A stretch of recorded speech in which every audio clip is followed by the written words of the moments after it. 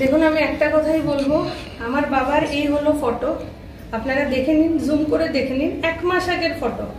আমি আমার বাবাকে এইভাবে করে আনবো। 1 মাস আগে আমার সাথে বাবা মাইসুর গেছিল, আমরা মা চামুন্ডেশ্বরী টেম্পলে গেছিলাম, এটাও একটা 51 শক্তিপীঠ। হি ওয়াজ ফিট অ্যান্ড ফাইন। আমার বাবা আবার ফিট অ্যান্ড ফাইন হবে। আমার বাবার অনেক কিছু আছে যেগুলো স্বপ্ন পূর্ণ হয়নি। লাস্ট টাইম ইলেকশনে বাবা যেই ভোটে জিতেছে, এই ভোটাঙ্ক বাবা আশা করেনি। বাবা ফিরে আসবে। He is the Sharad Pawar of Tripura politics. Sharad Pawar ji যেভাবে টুইস্টেড ফেস নিয়ে পলিটিক্স করে, my father will do the same. He will sit on that speaker's chair again and he will rule like Sharad Pawar G.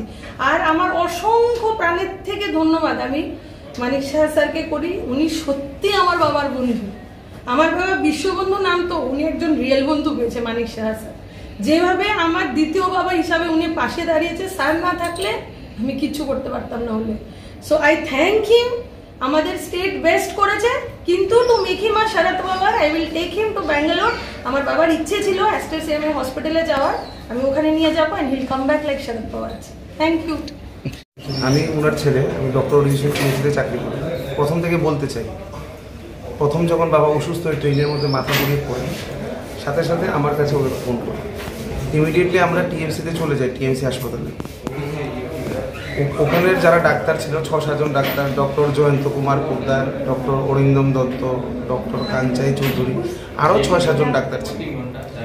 Tremendous কাজ করে বাবার প্রাণ ফিরিয়ে দিয়েছে। ফার্স্ট হলো স্ট্রোক যখন করে পেশেন্ট, ফার্স্ট পেশেন্টটাকে স্টেবল করা লাগে। আমাদের বেসিক স্টেবল কাজ করে নিয়েছি। করে দেওয়ার পরে জিবির MS স্যার, প্রদীপ ভৌমিক স্যার, কার্ডিওলজি যে আছে ডক্টর রাকেশ দাস, রতনলাল নাথ স্যারের ছেলে আবিরলাল নাথ এবং ডক্টর দেবদত্ত স্যার, সবাই সাথে যোগাযোগ করলাম। আমরা আর্জেন্ট ক্রিনিওটমি অপারেশন করে যেটা ব্লিডিং হয়েছে ওটা বের করে দিচ্ছি। ব্লিডিং বের করার পরে ওটাই ভাইটাল পয়েন্ট আমি বলতে চাই, 72 ঘন্টাটা খুব ক্রুশিয়াল থাকে।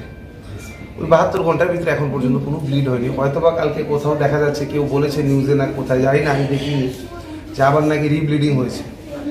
রিব্লিডিং হয়নি, ওটা আগের যে ব্লিডিংটা থাকে, ব্লিডিং তো আর 1 মাসে 2 দিনে 1 দিনে চলে যায় না, ওটা যেতে যেতে 3-4 মাস 6 মাসও সময় লাগে। সিটি স্ক্যান যদি তুমি করে নাও বাবার 3 বছর পর, ওই ব্লিডিং যে হয়েছে ওটা সাইন থাকবে, কিন্তু ফ্রেশ ব্লিডিং কোথাও হয়নি। ওটা একদম ভুল বিভ্রান্ত করার জন্য বলেছে। আমি ওনার ছেলে হিসেবে বলতে পারি এই কথা। এখন আপনারা কি বলতে চান বলুন, প্রশ্ন থাকলে বলুন। এখন পরিস্থিতি খুবই ভালো আছে।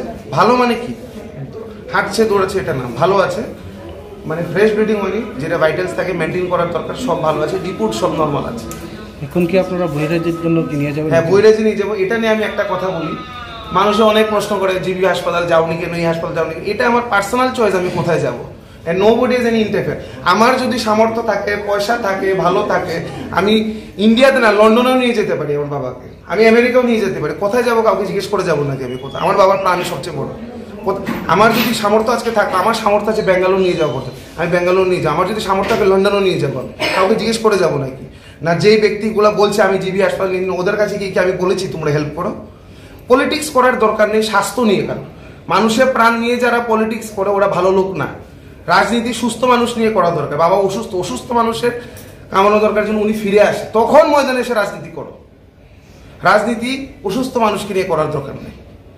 আর মা বাবার চিকিৎসা কোথায় করাবো এটা তো আমার পার্সোনাল ব্যাপার। জিবিতে যাবো, আইএলএস যাবো, টিএমসি যাবো, ওটা আমার ব্যক্তিগত ব্যাপার, ওটাই।